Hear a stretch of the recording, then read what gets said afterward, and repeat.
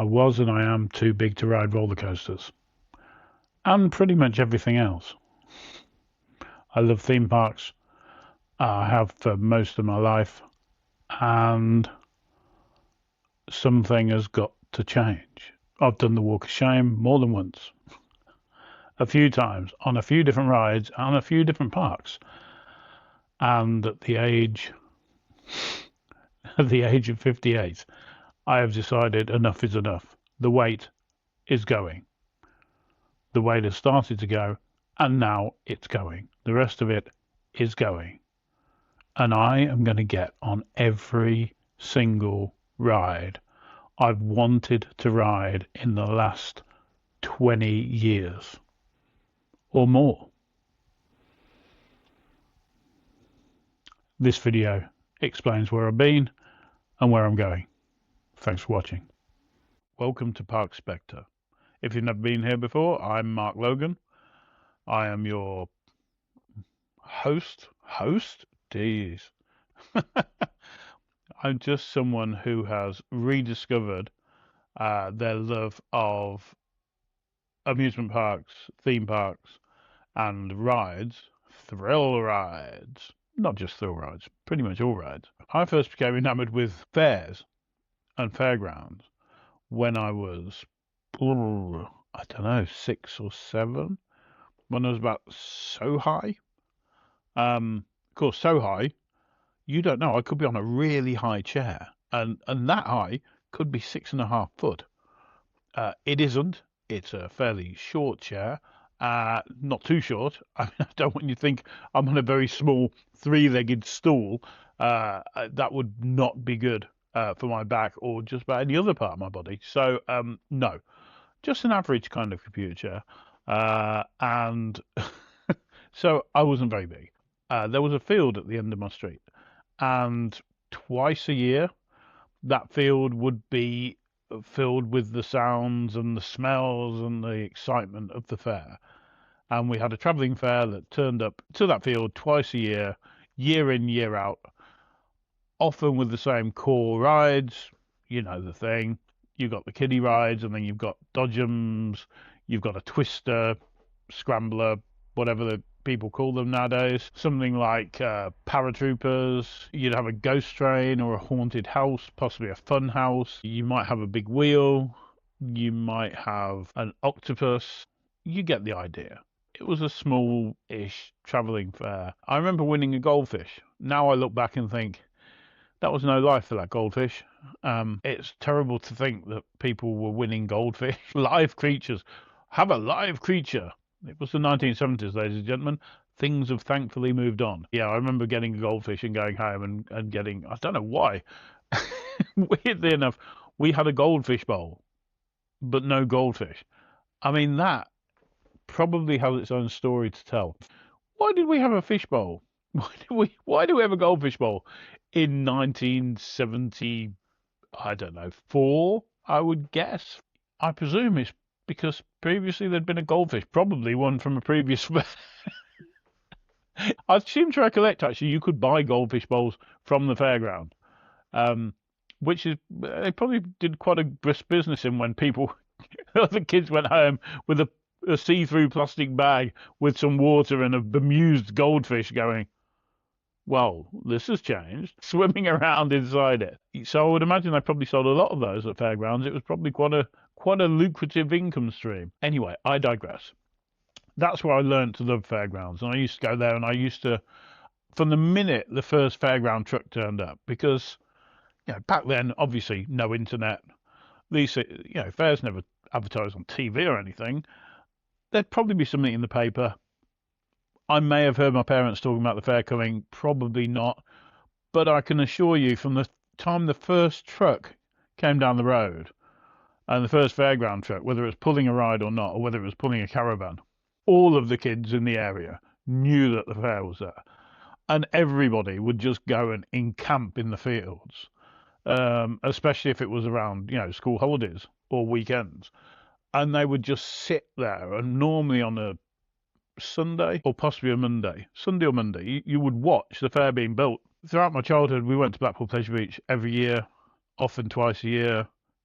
1 or 2 weeks in the summer, and a weekend or possibly a couple of weekends for the illuminations. And Blackpool Pleasure Beach was my place to go. As soon as it's amazing to think this now, and I'm not sure that I, as a parent, would be keen on my 10 or 11 or a 12-year-old going off around Blackpool with money in their pocket, no mobile phone, because clearly they didn't exist. So that's what I did. And most, not all, but most of those days were spent at least partially, if not entirely, in the Pleasure Beach. And so I am very aware that I have rose-tinted spectacles of the Pleasure Beach from 76, 77, really, up through to 84, 85. I mean, I continued to go after that, but that was kind of the last time I went with my parents and did the week-long holidays. It's formative. I mean, I loved it and continued to love it after that. Um, I kept on going to Blackpool until probably about 15 years ago ish. I stopped and then went back a couple of times, people from work and things, and did a couple of day trips and liked it, but I wasn't feeling the love. And it's only really when I've had chance in recent years to go there with my daughter and see it through fresh eyes. I guess I've fallen back in love with it for all its creaks and groans around the seams. Blackpool Pleasure Beach is my park. I've done Alton Towers, Chesington, Thorpe Park, the obvious one. The Drayton Manor, West Midlands Safari Park, Great Yarmouth, um, some of the other coastal ones, and always keep on coming back to Blackpool, which is one of the reasons that I do content predominantly around Pleasure Beach. Um, that said, I'm off on my first ever European trip. Never done a European park before. Doing 3 of them in May. There will be videos, surprise. So we're doing, in no particular order because I'll get it the wrong way around, Efteling, Phantasialand, and 2 days in Europa. So that will be interesting. Yeah, I've kind of fallen back in love with it. Here's the rub. Going back to when I used to go. So I remember going on my stag night. Or stag weekend. It wasn't a weekend. It was one night, overnight. But it was my stag weekend. Yeah, I'm taking the entourage down to the Pleasure Beach, which I loved. Of course, unfortunately, we had been drinking quite a lot by that point. I like to think we weren't too rowdy. So yeah, and we went there, and one of my best friends went on the big one with me. And well, how could I put it? Sat down in the car. You can probably see what's coming. I sat down in the car. He sat down in the car. We went to put the belts on, or I can't remember if there were belts actually. There might have been belts back then. Well, the belts now. Were there belts then? Anyway, effectively, I was too big, so I had to get back out of the car and do. And it isn't this, but back then, when I was younger, it was very much this, and did the walk of shame. Yeah, yeah. I've always been fairly big. As a baby, I was like 10 point something pounds. As life goes on and you kind of fill out, I filled out too much. I'm aware that I went on I went on rides and on occasions couldn't get on. There was also a very famous one in a very full Chessington lots of years ago, and I'm probably talking 20 years ago now. And that was a flat ride. And anyway, they moved me from one seat to another seat to another seat. And then in the end, and every time it was like, and here we go, and arms in the air, and restraints down, and it was no, and up they went again. And that happened 3 times before they came up and whispered very embarrassingly, because I had much longer hair then and always wore heavy metal t-shirts and a cut off or a leather jacket, and they came up and, sorry, I'm afraid you're not going to be able to ride the ride, which couldn't have been nice for them. In that time, as anyone, virtually anyone who's big has done, So we did the diets, and weight go down, and weight go up, and weight go down, and weight go up. So while I wasn't riding roller coasters, I was kind of living the weight loss roller coaster. So in that time, I didn't go to theme parks or amusement parks, even Blackpool, for the longest time, and partly because I thought there would be too many things that potentially I wouldn't fit on. And that changed after lockdown. I think we were still in kind of some kind of lockdown distancing thing. Took the daughter for the first time to Blackpool, and we went on the pleasure beach. And I was really annoyed that I couldn't get on various things. I didn't try and get on various things, so it was with me was the issue, nothing to do with the park. And then the next time I went on one or two. It was either that time or the following time when I went on the last Airbender, and unfortunately it was a very similar thing to the Chessington in that one of the very lovely ride attendants on that ride came over to me after they'd attempted to get me in and kind of hoik me in to this thing that it was like, yeah, I'm afraid no, it's not going to work. And I went, "Oh, okay." And I think the way I reacted, not deliberately, just how I reacted, was kind of a sea change. And before that, it was always embarrassment. Don't get me wrong. The idea of going back on the big one, which I am going to do this year, when you don't know, when you don't know if you'll be able to ride, especially if it's on a busy day. I mean, even if it's on a quiet day, there's still the embarrassment. But if it's on a busy day, the idea of going and sitting down and then having them try and shut everything and then them having to come up and go, I'm sorry, mate, you can't ride. It still makes me feel a bit like that. But last Airbender, I was absolutely fine. And I went, that's fine. It's okay. I did then lose weight. And when we went back last year, um, was it your Illuminations? We went a few times last year. Went back last year, and my daughter wanted to go back on the Airbender, and I wasn't sure, and at one point I wasn't going to go on, and then I went, hang on, this is silly. You've lost a bit of weight, you might fit on, and you know what? I did. Without seemingly any problems. There was no one had to come up and attempt to somehow strong my arm me into the seats. So it worked, and it was great.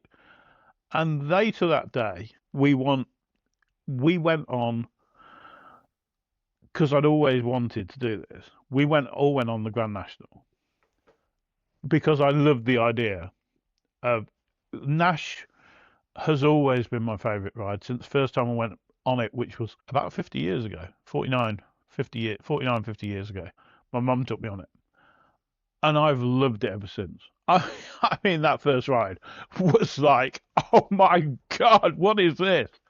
But I loved that sensation, and I wanted to do that again. And I'd read because I'd started to get back in. I'd started watching a couple of vlogs and go, oh, okay, this has become a thing because obviously that didn't exist last time I'd been going to stuff. So we went on, and I got in the seat, but we're back on the side. I was the only person in the seat, thankfully. That was the first time I'd realised, oh, they've got like two restraints. That's kind of new. I mean, the first time I ever went on the Nash, there were no restraints. So, things have moved on. That said, there are times I think I would dearly love to ride one of these rides again with no restraints. I know it won't happen. Actually, retrack it as well. But, keep the original design, but retrack. Because even I think it can be a bit rough on a wheel seat. I know you know this if you've ridden it, and if you don't, it's fine. If you haven't ridden it, fine, ride it on a wheel seat. You'll be fine. Because I'm aware that the more people like me tell people do not go on a wheel seat, means the more people are trying to get the ones that are not wheel seats. Most of them are wheel seats. So, Yeah, maybe all vloggers need to start going. No, no, no, it's fine. Wheel seats are great now. Everyone go on a wheel seat, and then kind of shuffle up there quietly, look around when no one's looking, and sit down with your hood up and hope no one notices you. Going back, I sometimes waffle on. I do apologise, but going back, we got in. Um, I was in another seat. I tried to put on the belt, and I'll be honest, the belt wouldn't go around me. So I didn't, and I kind of put the belt down. But I guess because I'm so large, you couldn't see the belt, and I was wearing a black coat. Now I will be forever grateful because the actual restraint came down with no difficulty at all. So when he came around, the guy came around and checked it, and it was all good. Didn't check the belt. Personally speaking, I would much rather not wear a belt. I'm like, the restraints are safe, and having ridden the damn thing without restraints, I'm like, yeah, okay. And when I came off, I was so elated. I went, yes! I immediately wanted to go back on it again. Now, again, while the trajectory of my weight since then has been going down, it's kind of gone up and down and up and down, but it is on a downward trajectory. Um, so, uh, just between me and you, so don't tell anyone else. I've also started taking Manjaro. And yeah, I've lost a stone in the last month. Actually, a stone and £3 in the last 3 weeks, more accurately. So probably about a stone and a half or so in the month. Um, and this is good because in May, as I say, I've got my trip to Europe, where I intend to hopefully be going on everything. Um, and I've also got various trips planned. The Your Experience Guide Pleasure Beach Day, Your Experience Guide Grand National Day, not Grand National Day? That sounds a brilliant day. No, Great Yarmouth Day. Um, I'm doing, whenever it comes, the Evictus opening. Yeah, I, I, I have no idea what those seats are like. Um, so yeah, I am very much hoping my original. It's opening in early to mid-April. I don't think that's the case anymore, and I'm very thankful. And now I'm very much hoping it's going to be very late May after coming back from the Euro trip, um, or even early June at a push. I don't mind, um, because I want to be able to go on it. And so this year is going to be the year where I want, by the end of the year, to be able to ride every coaster. God knows how. I mean, I've got to lose quite a lot of weight to get to the point where I can go on Blue Flyer. I mean, last time I went on Blue Flyer, I mean, to give you an idea, because I've not said this yet, weight wise, wow, here's a revelation to go online with. So, weight wise, when I left school, or in the months leading up to leaving school, I weighed 16 and a half stone. As an adult, as in post school, I have never got back down to 16 and a half stone. Um, Even by the time I was in my early 20s, I was yo-yoing up between sort of 18 and a half and a 22 and a half. Um, and I went up and I went down. My heaviest that I weighed, there was a point when I was in danger of becoming like a 1970s postcard with a cartoon on it that's got the very large gentleman or lady standing on a say your weight machine that says only one at a time, please. So so yeah, as far as I'm aware, my heaviest weight was somewhere over 29 stone. Ouch. Ouch. Yes, I would like to say at 29 stone. And for anyone who is 29 stone, uh, I feel your pain. Quite literally feel your pain. Um, so I'm now currently down to um, just under 26 and a half. My trajectory and my aim, uh, especially while taking the jabs, is to be looking at hitting a stone a month. So by the time we get to, where are we now? Mid-March, so mid-April. So by the time we go to, I think it's Great Yarmouth is the first takeover. So that's about a month away. So I would hope to be down to somewhere between 25 and 25 and a half stone by the time I go to Great Yarmouth. I have ridden the coaster and fit in it. Couldn't tell you how much I weighed at the time. Probably a little less than I am now. So I have high hopes. Please don't burst into song. I have high hopes that I can ride that coaster when we go. That's my plan, and that's what I'm working to. When you end up going on something like YouTube and going, there are a couple of people who had done tests.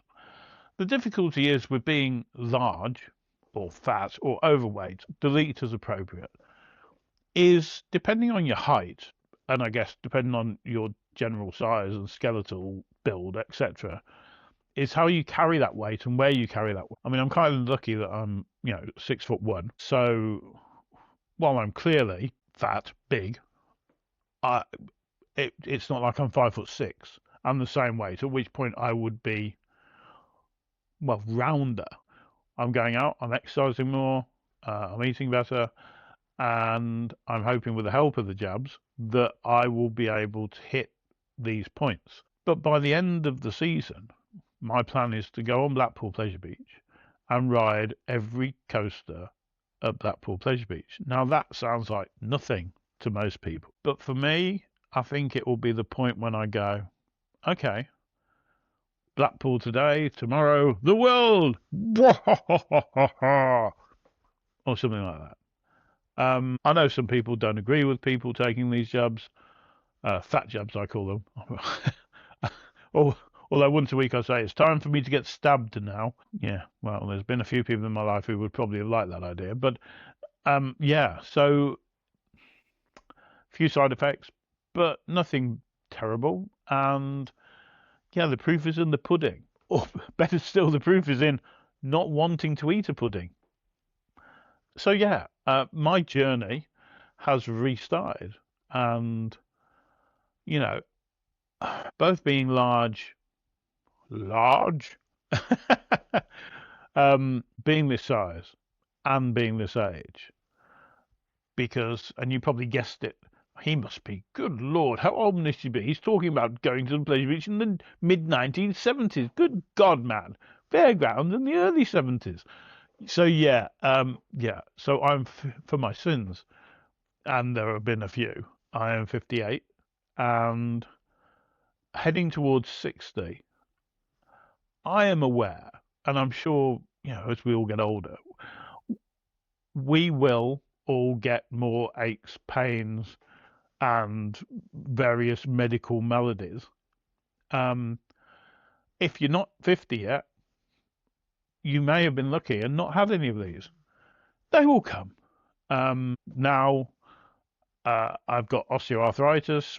I do a lot of stretching, and I had an injection in one of my knees not that long ago, which apparently will only work for 6 to 8 months or something. But for now, that has helped a little. So yeah, I want to do as many theme parks, roller coasters, amusement parks as I can in the years where I have good health, can finally fit in the damn things. I've known people who have hit retirement, some have kept working, some have left.